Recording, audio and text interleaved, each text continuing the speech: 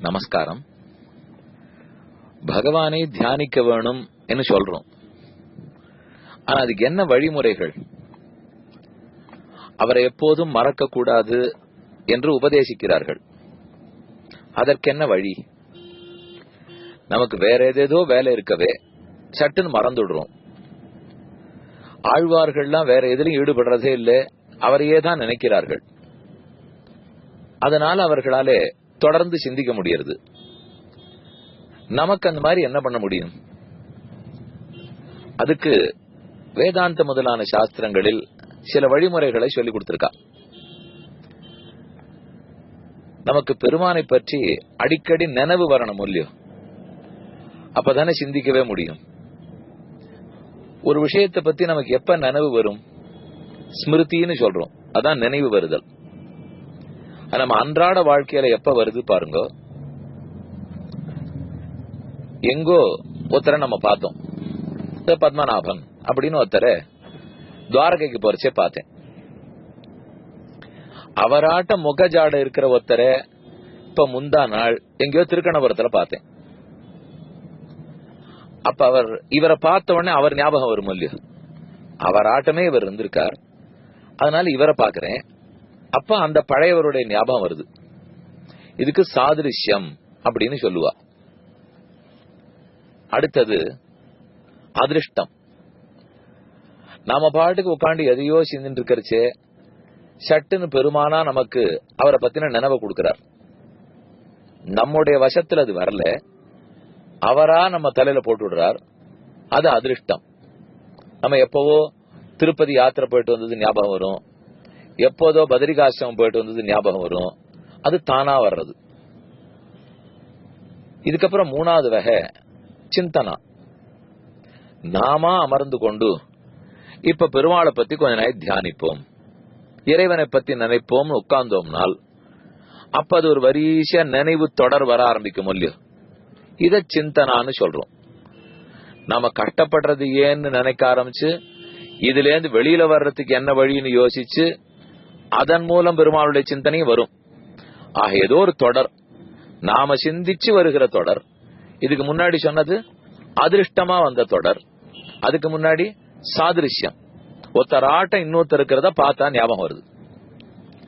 கடைசியா சாகச்சரியம் என்றால் ரெண்டு பேரை எப்பவும் ஒரு இடத்துல சேர்த்தே தான் பார்ப்போம்.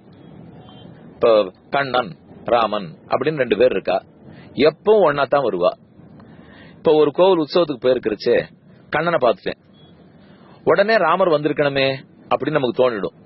அவரை பார்க்கல, இவராட்டம் அவர் இருக்கவும் மாட்டார். இவர் முகஜாடையே வேற, அவர் முகஜாடையே வேற. ஆனா ரெண்டு பேரும் எப்போதும் ஒன்னா வருவா, ஒன்னா போவா. அதனால ஒருத்தரை பார்த்துட்டேனாலே இன்னொருத்தர் ஞாபகம் வந்துடும் இல்லையோ, அவர் எங்க வரலன்னுட்டு. இதுக்கு சாகச்சரியம்னு சொல்றா. இப்ப இந்த நாளை எதுக்கு தெரியுமோ சொன்னேன்? இத போல பல விஷயங்கள் பகவான நினைவு கொள்றதுக்கு லோகத்துல நமக்கு நடந்துட்டே இருக்கும். இப்ப நம்மாழ்வார் ஒரு பாசுரத்தில் மண்ணை இருந்து துழாவி வாமனன் மண்ணிது வெண்ணுன்னு பாடுறார். ஒரு கண்ணுக்குட்டியை பார்த்துட்டு அதை போய் கட்டிக்கிறார். இதுதான் கோவிந்தன் கிருஷ்ணாவதாரத்துல எப்பவோ பிருந்தாவனத்துல மேய்ச்ச கண்ணுக்குட்டிங்கிறார். இவர் எப்பவோ இருந்தார், அவர் எப்பவோ இருந்தார். இந்த கன்றா அப்ப இருந்திருக்கும். ஆனா இந்த கண்ணுக்குட்டியை பார்த்த உடனே அவர் எப்பவும் கண்ணுக்குட்டி பின்னாடியே தான் ஓடுவார். அப்ப இப்போ ஒரு கன்றுக்குட்டியை பார்த்தா அவர் ஞாபகம் வந்துருத்து பாருங்க.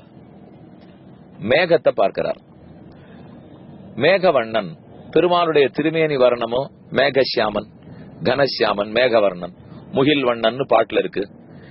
நம்ம கண்ணு முன்னாடி இருக்கிற மேகத்தை பார்த்த உடனே கண்ணனுடைய திருமேனி ஞாபகம் வந்துடுறது. இதத்தான் சதிருஷ பதார்த்தங்கள்னு நம்மள ஈட்டிலே உரையாசிரியர் சொல்றார். ஏதோ நம்ம வீட்டுல ஒரு வெண்ணைய பாக்கிறார், பார்த்த உடனே அவன் உண்ட வெண்ணெய் ஈதென்னும்.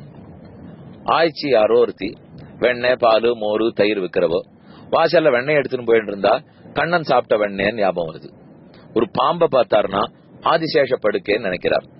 இதே போலத்தான் பிரஹ்லாதனுக்கு நினைவு இருந்தது. அரியும் செந்தியை தழுவி அச்சுதன் மெய்வே வாழ்னு அழ்வாரே பாடுறார். பிரஹ்லாதனை கொண்டு போய் நெருப்புக்குள்ள போட்டான் ஹிரண்யகசிபு, அவனை கொல்லணும்னுட்டு. நெருப்பு பளபளபளான்னு இருக்குமோ இல்லையோ, அந்த பளபளப்பை பார்த்துட்டு இது என் பெருமாளுடைய திருமேனி பளபளப்பாட்டா இருக்கே, அவர் மேனியில இருக்கிற ஒளியாட்டா இருக்கேன்னு நினைச்சுக்கிறான். அவனுக்கு விஷம் கொடுக்க வரச்சே நீல நிறமா இருந்துதான் விஷம். பெருமாளுடைய திருமேனி வர்ணமாட்டம் இருக்கேங்கிறான். மலையிலேந்து பிடிச்சு உருட்டி விடச்சே, ஓ இப்படி ஒரு மலையத்தானே கண்ணன் கோவர்தனோத்தரணம் பண்ணினார் நினைச்சுக்கலாமே. அப்ப இத போல நமக்கும் வாழ்க்கையில நிறைய நடக்கிறது. அவரை ஞாபகப்படுத்துறதுக்கு உண்டானதெல்லாம் வருது.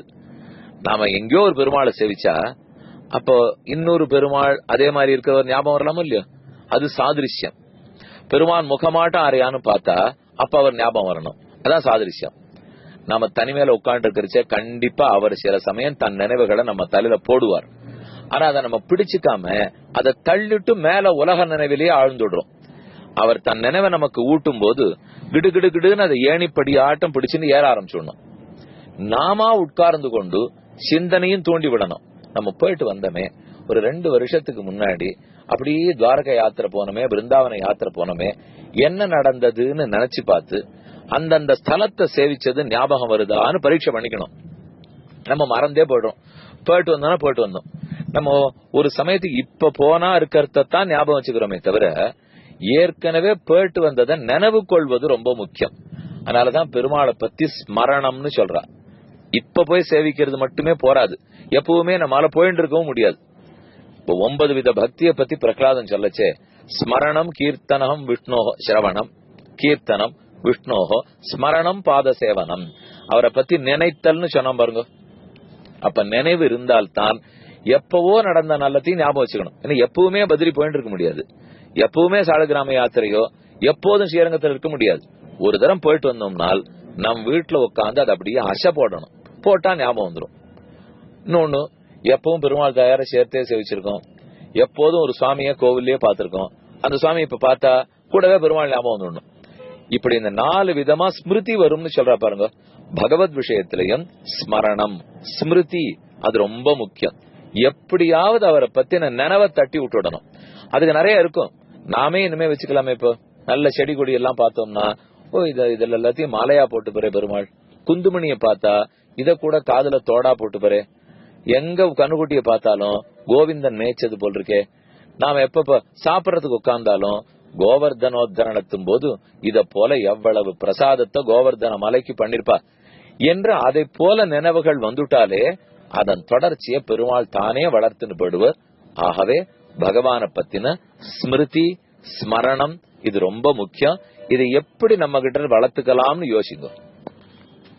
ஆடியோ பிராட்காஸ்டை உங்களுக்காக வழங்குபவர் ஸ்ரீ வேலுக்குடி கிருஷ்ணன் சுவாமி. இந்த ஆடியோ பிராட்காஸ்டை தினமும் உங்கள் மொபைலில் பெற முதலில் 9443219021 என்ற எண்ணை உங்கள் மொபைலில் சேவ் செய்யவும். பிறகு இந்த எண்ணிற்கு ஒரு வாட்ஸ்அப் மெசேஜ் அனுப்பவும்.